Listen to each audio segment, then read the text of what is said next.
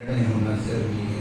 We have to decide. इससे पहले कि मैं अंतिम सांस लूँ, आप अंतिम सांस लें, you have to decide, you have to choose कि आपको किसके संग रहना है, where you have to spend your eternity, कहाँ आपको अनंत बिताना है।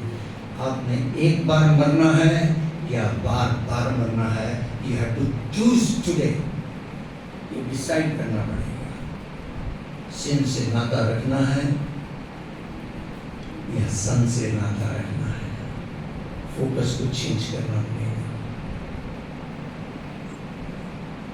सो परमेश्वर ने अपनी इमेज में अपना घर बनाने के लिए केवल मुंह से कहा नहीं, आसमान से नीचे उतरा। Can you imagine? आपके लिए अनसीन हेवन से, थर्ड हेवन से नीचे आता है और आपको बनाने के लिए इसी जमीन पर घुटने टेक देता है। अब आप आसमानी कभी किसी के आगे झुक सकता है, लेकिन आपको मुझे बनाने के लिए झुक गया, घुटने टेक दिए, डस्ट में हाथ डाल दिया और उस डस्ट से उसने अपनी इमेज तैयार की और अपने जीवन में सांस छोड़ा। This is my house, this is my house, I will dwell. लेकिन कहानी आगे नहीं चली। जो लूसीफर नीचे गिराया गया था, वो ये देख देख के दांत पिटाता था कि फादर की, परमेश्वर की और उसकी रचना, उसके बेटा आपस में संगति करते हैं, फेलोशिप करती है डेली। और परमेश्वर उसे लज्जित करना चाहता है कि मैं अपनी आराधना इस डस्ट की इमेज पर से बनाकर भी कर सकता हूं। शैतान अच्छी तरह जानता था कि मैं परमेश्वर के नजदीक भी नहीं जा सकता। छूने की तो बात अलग है, मैं उसका कुछ भी नहीं बिगाड़ सकता, वो अच्छी तरह जानता था। लेकिन वो चाहता था कि मैं किसी तरीके से परमेश्वर को दुख दूं, उसको हर्ट करूं। दिमाग से ना चालाकी वाला दिमाग है शैतान। उसने मन में जरूर ये बात सोची, अगर मैं उसकी इमेज को टच करूंगा, इमेज को दुख दूंगा, तो परमेश्वर हट होगा। सो उसने अपना फोकस परमेश्वर से हटाया और सारा फोकस इमेज के ऊपर लिया है। फिर उसने चालाकी दिखाई कि अगर मैं आदम के पास जाता हूं, मैं इमीडिएट पकड़ा जाऊंगा। क्यों? क्योंकि आदम ने हर एक चीज का नाम रखा था, क्योंकि परमेश्वर ने आदम को डोमिनियन दे दी, अथॉरिटी दे दी। Whatever you want to do on this earth you can do. पृथ्वी तेरी है, तीसरा आसमान मेरा है, प्रभुता तेरे पास रहेगी, जो तू चाहे वो कर सकता है। उसने जिस चीज का जो नाम रख दिया वो नाम हो गया।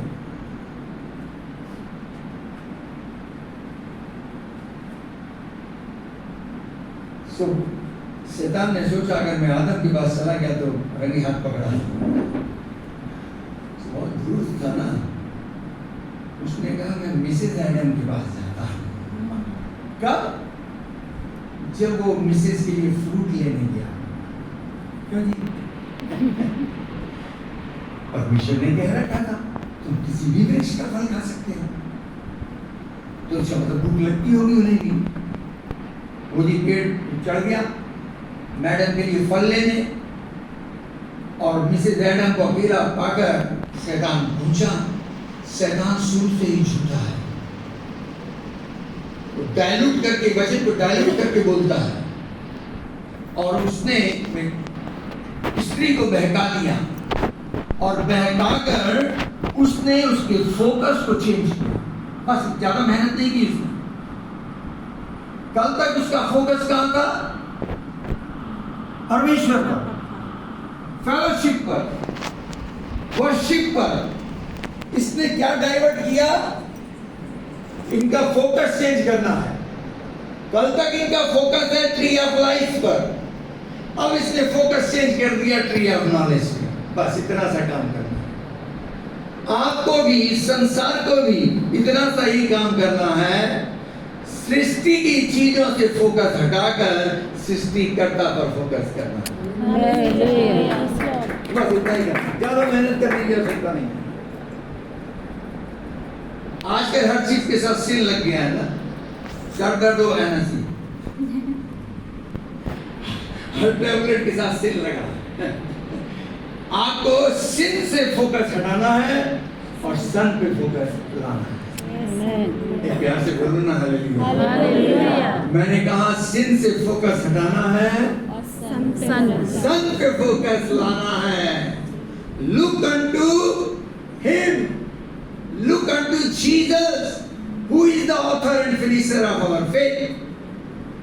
उस पर फोकस लाना है। यही चाल शैतान ने चली अदन की वाटिका में, उसने फोकस चेंज किया। और जानते हो सिन कहां से स्टार्ट होता है? आंख। उसने फोकस चेंज किया, उसने देखा, कई बातें उसके साथ उसने ऐड कर दी। वो स्त्री फल ने फल खाया, उसने एक तरह से मजबूर किया था कि फल खाए। आप कहानी जानते हैं, फल खा लिया गया। इस संसार का नियम ये कहता है कि अगर आपने